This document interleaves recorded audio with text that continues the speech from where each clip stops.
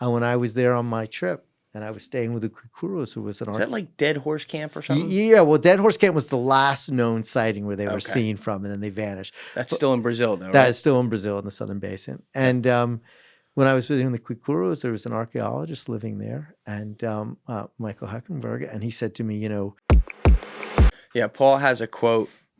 He said there's a sap for that instead of there's an app for that when he talks about how they use, like what they use in the jungle, because he lives with all of his friends and the people he works with there grew up in the jungle. Yeah. They're all indigenous people from the jungle. They're brilliant. These are people that can hear a bird from 2 miles away and know exactly what it is and almost what it's saying too. And he's always talking about, like, when he comes back to the Western world, 2-3 months out of the year, it's like all the problems we invent and then all the things we think we understand, like medically even, he's like, half of it's wrong. Because they can handle themselves out there and survive in horrible conditions sometimes and actually live longer. Yeah, as well. I mean, the way their expertise in the plants is just kind of remarkable. Yes. And, of course, now you have so many scientists who are going into the jungles to try to study these plants for modern medicines. But even that, I just gave that example of the thing with the fish. But I mean, it's just kind of like incredible. Yeah. I mean, these little kids go in there with a bow and arrow, they just shoot this thing into the water, and suddenly up come all these piranha, and they just eat the piranha. That's it. That's it. Now, why was Percy Fawcett so obsessed with the Lost City of Z? And, like, what was the nature of him even finding out about it? Yeah. So, he grew up, it's funny, you grow up at a certain age and whatever, we grew up with athletes or whatnot. These people we read about are astronauts and these people that kind of fill our minds and our imaginations. And so when he was growing up as a child, it was kind of this era of Victorian exploration where these people would go out into the world and their stories were huge. They were read, they're like the Bible, everybody was reading them. And so he was greatly influenced by these stories, and they just kind of captured his imagination.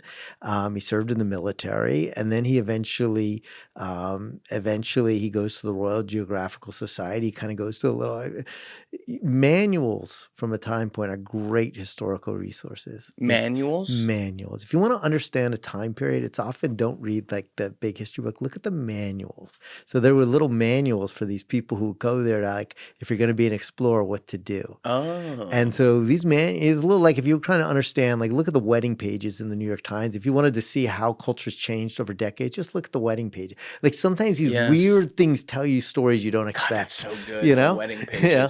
And so, you look at these manuals. So I went to the Royal Geographic and I'm looking at these manuals that he actually read and he carried with him. I knew he had them. I knew he read them. He carried them with him. They're telling you how to survive. If you get this, cut off your arm. It's like, oh, I love this one. If you get wounded, you take gunpowder, you pack it into the wound, and then you blow it, and light it up to, like, cauterize a wound. But you're kind of seeing how they would survive. But in any case, so he went there, he kind of trained, and then he gets a job to kind of mapping and doing cartography in South America. And he has these remarkable powers of endurance. And slowly on these expeditions, he's doing them over years, and he would go for like 2 years at a time. You got to realize, like, and there isn't, no sat phone. I mean, it's crazy. You're gone. I mean, you're just gone. It's literally crazy. Your wife and your children, you're just gone. I mean, I always, their story is hugely important too. So what are they going through? And as he would do these expeditions, he began to gather these kind of clues. First of all, he was kind of obsessed with El Dorado and these dreams. But he would gather these clues. Like, he'd be in the, in the jungles of Bolivia, and he would see these earth mounds. You're like, oh, these look like earth mounds. He would say, Earth mounds. Yeah, these large, but they look man-made. They look man-made. These kind of earthworks.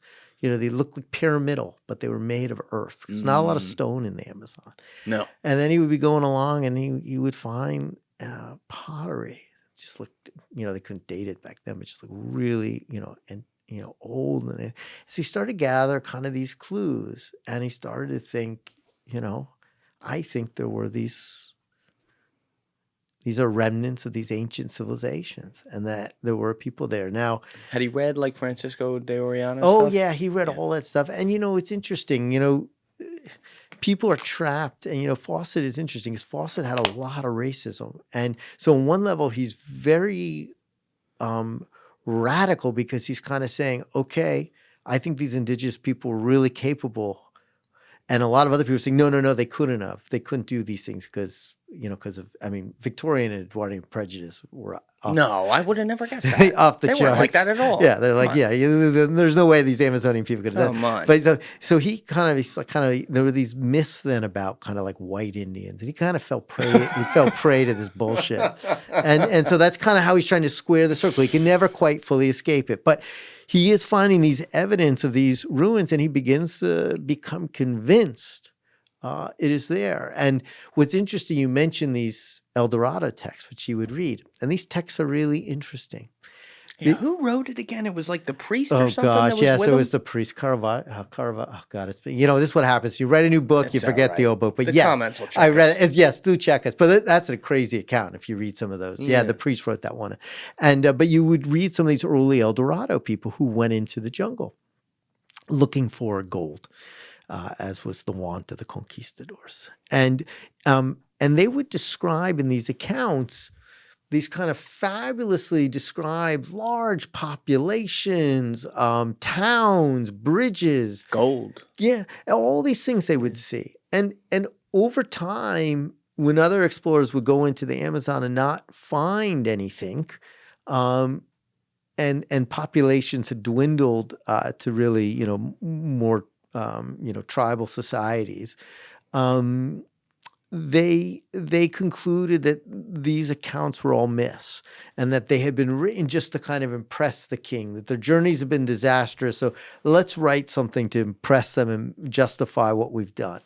And there's no doubt that some of that was true, but people like Fawcett would read these accounts and say, no, I think this is evidence that there were lots of people here and that these things really were here. And that it could still be there. Yeah. What's so interesting about modern archaeology is they're now starting to find in those places where those conquistadors had gone, they're finding black earth. Black earth is kind of earth that has been enriched from kind of human remains and waste. And what does that mean? It means lots of people once lived there. People were there. And so now scholars are going back on these texts and they're starting to look at them and starting to realize actually some of these do have actually evidence of larger populations. And they start to find even where Fawcett had found these earth mounds. Archaeologists have now studied those earth mounds and realized that these things are massive earthworks built by human beings, in some ways as sophisticated as the pyramids. Now, they weren't done with stone because stone didn't exist, but they had elaborate irrigation systems. And when you date a lot of these ruins and you start to date some of them, and some of the sites, some date quite far back, but often they might date to around 1500, like in the area where Fawcett. And what happened then? That was when Oriana was going through down the Amazon. And what did they River. bring? And what did they bring? Disease.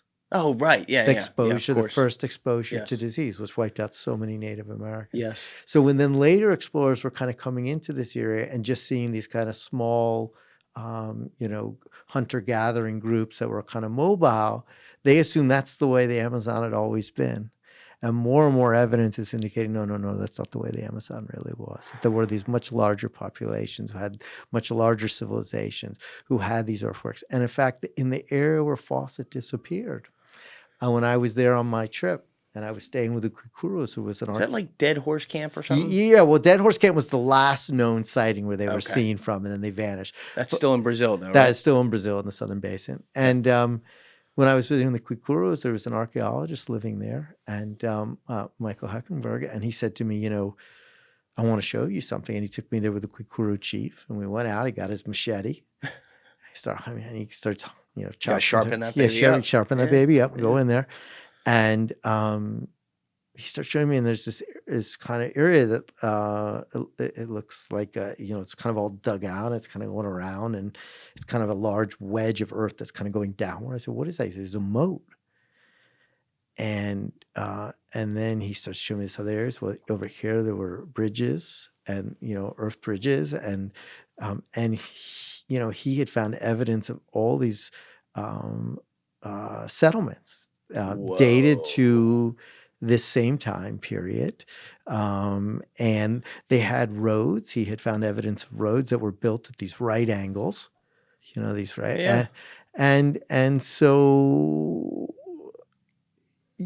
and the crazy part is Fawcett probably walked right over them because, the thing that he would have expected stone to some degree or gold or whatnot. And some of his, by the end, his ideas are kind of a mix of myth and reality, and also probably by the end some madness. Yes. Especially after serving World War I. I mean, after World War I, he witnessed the complete collapse of Western civilization. So his notion of Z began to change. It went from kind of a very practical, concrete thing into something kind of more dazzling, almost to like aspire to. To get to, almost like a refuge, like almost like an Atlantic, something that was like a more golden, almost because he had witnessed, he was at the Battle of the Somme. I mean, where people just 10,000 people die in a day, climb out of the trench and die. He was there. Yeah, he's one of the most unique people. Yeah, gassed and just crazy. So, but in any case, he, a lot of these things are earthworks. So the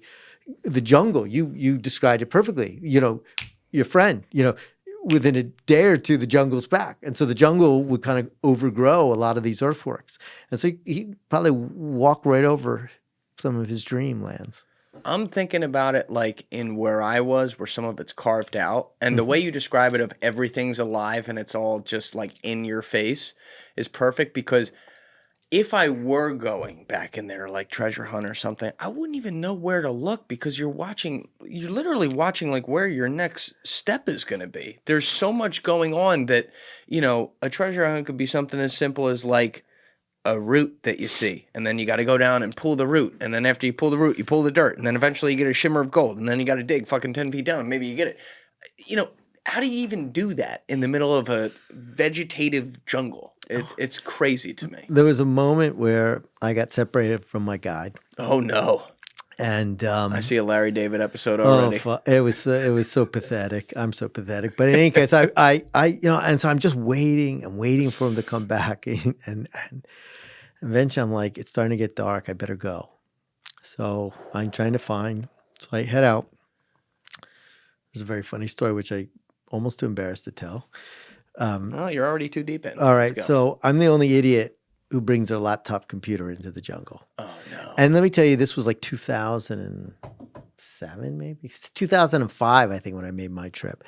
A laptop computer in 2005 weighs about 2 tons. I mean, it was just this big. It's a brick. It's a brick. I mean, I still have it. It's truly.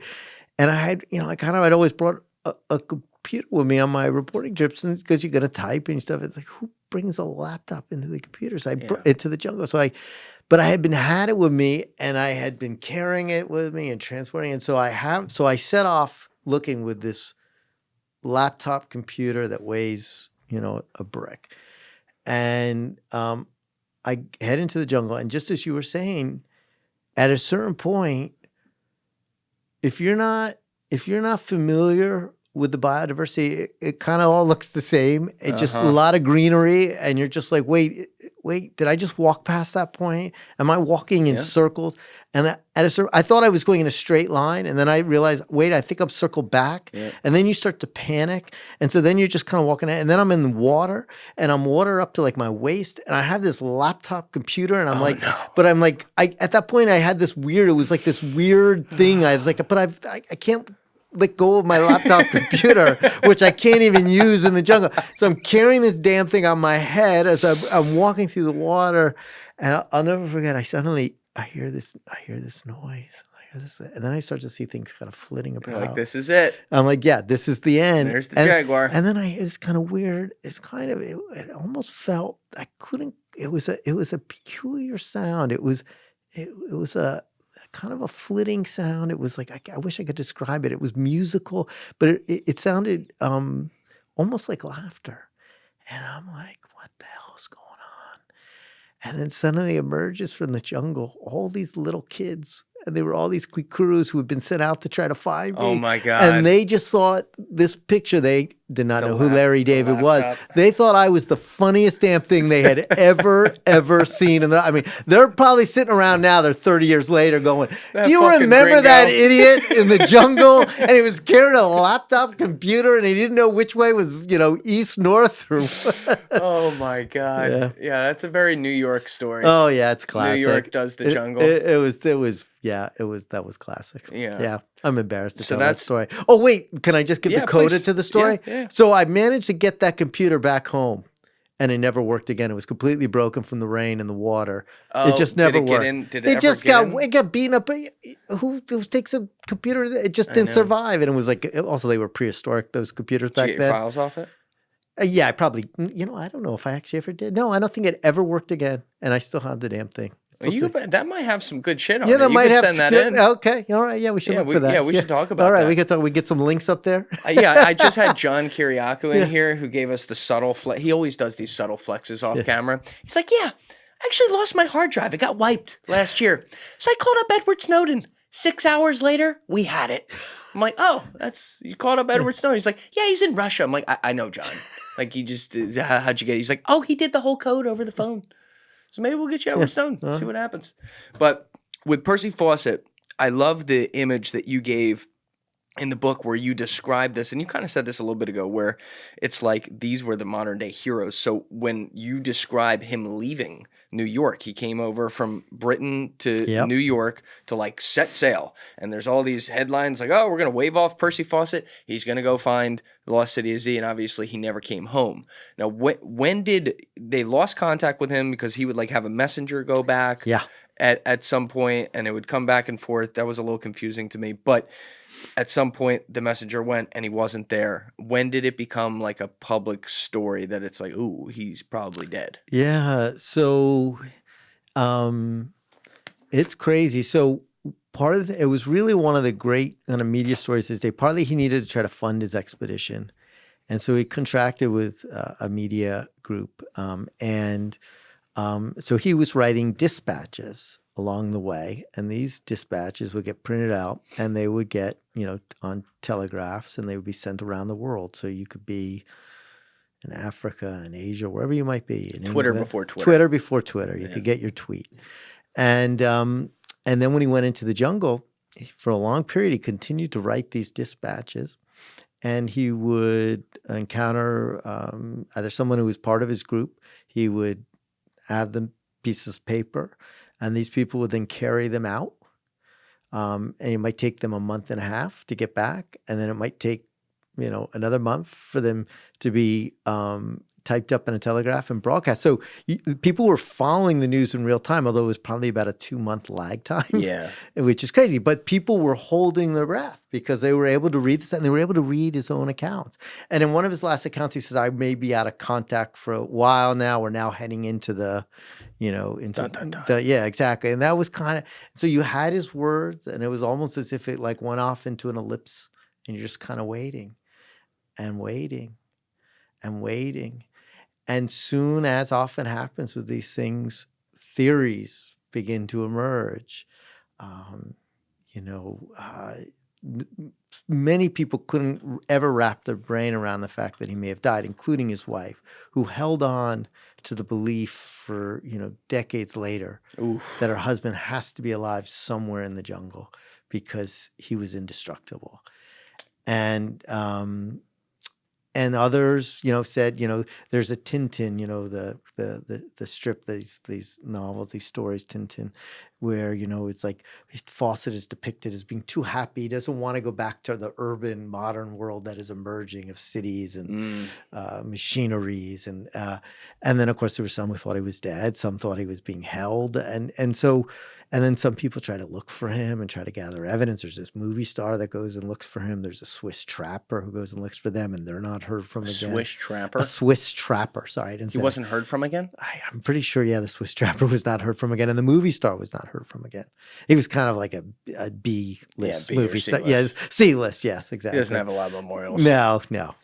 Like, fuck that guy. But he thought this could be my chance. I mean, he did think this is my chance to stardom. Loved him in Friends. He wasn't good after that. So they all go in looking for him. What's that over like a 5, 6, 7 over year 5, period? 6, 7 year period. Yep. Yep, people are looking for him, and it just kind of then went into then it kind of goes into conspiracy land. And he's dead, and Yeah, is he it is what dead? it Is he is. alive? Is this? Is he that? You know, and everyone has a different theory. You know, and then where's Hoffa buried? Where's Fawcett buried? What do you think happened? I think it's that oral history that they decided to head further east into an area where, according to the Kalapalos, they referred to them as the Fierce Indians, it was a more warring group. And you have to understand, too, that, and as your friend, I'm sure would tell you, you know, there's so much incursion onto indigenous lands from outsiders, from whether they had been rubber trappers or people trying to get loggers, that a lot of the indigenous groups, you know, they very fiercely defend their areas because they're constantly under threat. And so I think they went east, and that the Kalapalos saw their fire for several days, and that they were killed shortly after. And their fire went out, as I think there's a great word in the oral history. I can't remember what it was, but and that they were killed. Do you think it was the kind of thing where they were just a threat and they were quickly killed, or do you think it could have been more ritualistic? Or you know, is there essentially really in the nothing to film, say? he depicts it, James Gray, as more ritualistic. You know, I don't know. I don't know. I don't. Again, there's those elements of history where you can't go. Yeah.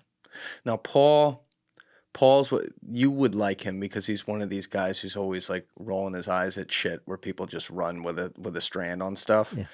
And there's a lot of things in the Amazon that he pushes back on publicly because people will say things like the entire Amazon's man-made or something now based on some of the man-made evidence, and it's like that's not the proper way to put it.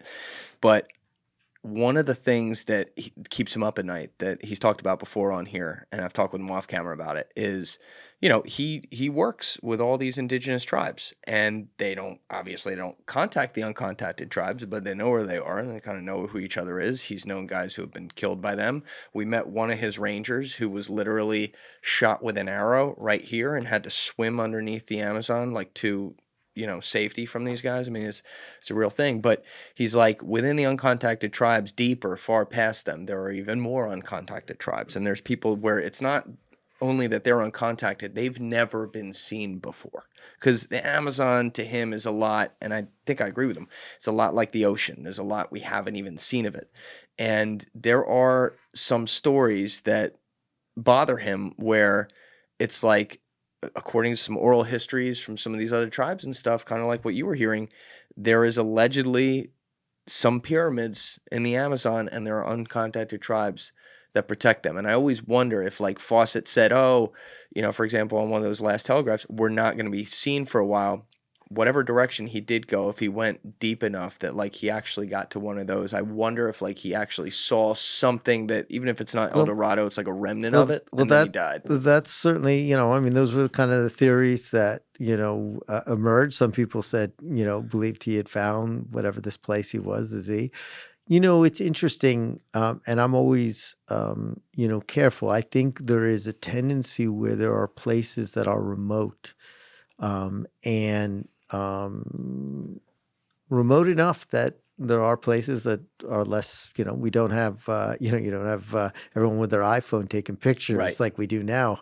And I think through centuries, the Amazon became a place where people would project onto them what they wanted to see or what they needed or whatever their desires were. And over time that might change. And I think you see that. I mean, the Amazon is a place of I mean, you know, of mythology, because usually what will often happen in areas that are less known, we tend to want to fill in the stories, right? We want to fill in those blanks. I'm always very skeptical in the sense of, like, as the historian, I just kind of am like, okay, I can't get there. I don't know. Yeah. I don't know. And the hardest, that's a good way to be. And you know what? The hardest thing is just to say, I don't know. I don't know. And so, you know, even with Fawcett, I tell you, what do I think happened? Okay. I think that's what's happened. I don't know. Just a guess, yeah. It's just a guess. It's an educated guess. It's probably a more informed guess based on the evidentiary trail and based on things you would met. But at the end, it's still supposition. Yes. And I actually, it's funny, Alessio, he'll recognize this, but I've complimented people in here before where I bring in an expert on something And one of my favorite things about them will be that they are willing to say the words, I don't know, or I'm not sure, or that's not my area. Yeah. Because we kind of live in this world where people are like, oh, you should be a personal Google on every single thing. And if you look into something, you should know everything. That's not how it is. These things are very complicated. And where you can't find evidence on stuff, you shouldn't come out and say, based on the evidence, I can say that. No, you got to be able to say, look, we don't have enough information there. So I respect that a lot, because obviously it's clear in your books. Like, you dig as deep as you can. I go as far dig. as I can go. I go as far. And I'm desperate to know. I mean, even though I say, like, what is the impulse? It is a desperate desire to close the gap. 100%. And that is what you're after. You're just trying to close the gap. But you get to a point. I always reach a point. And it's the hardest point where I have to say, I could keep going for another 30 years and I don't think I'm going to close that gap, and I got to go sit down and write. Seems like a good place to leave it right there. David, this has been awesome, man. Thank you, man. You're a great writer. I really love Lost City of Z. I'm looking forward to reading the other ones as well. Thank you. Appreciate it. It's fun to do. Of course. Thank you so much for coming through to do this. It was my pleasure. And we'll have the links to The Wager, your latest one, down below, as well as your other books. So just double check that when we put it out. You got it. We'll have everything in there for you. But everyone go check him out. Guy's a great writer, and obviously Marty Scorsese loves him. So good luck with the newest movie whenever that's going to get going. Thanks, man. All right. Thank you. Everybody else, you know what it is. Give it a thought. Get back to me. Peace. Thank you guys for checking out this clip. If you haven't already subscribed, please subscribe and hit the like button on this video. It is a huge, huge help. And if you'd like to check out this clip's full podcast episode, that link is in the description below or right here. And finally, you can follow me on Instagram and X by using the links in my description below.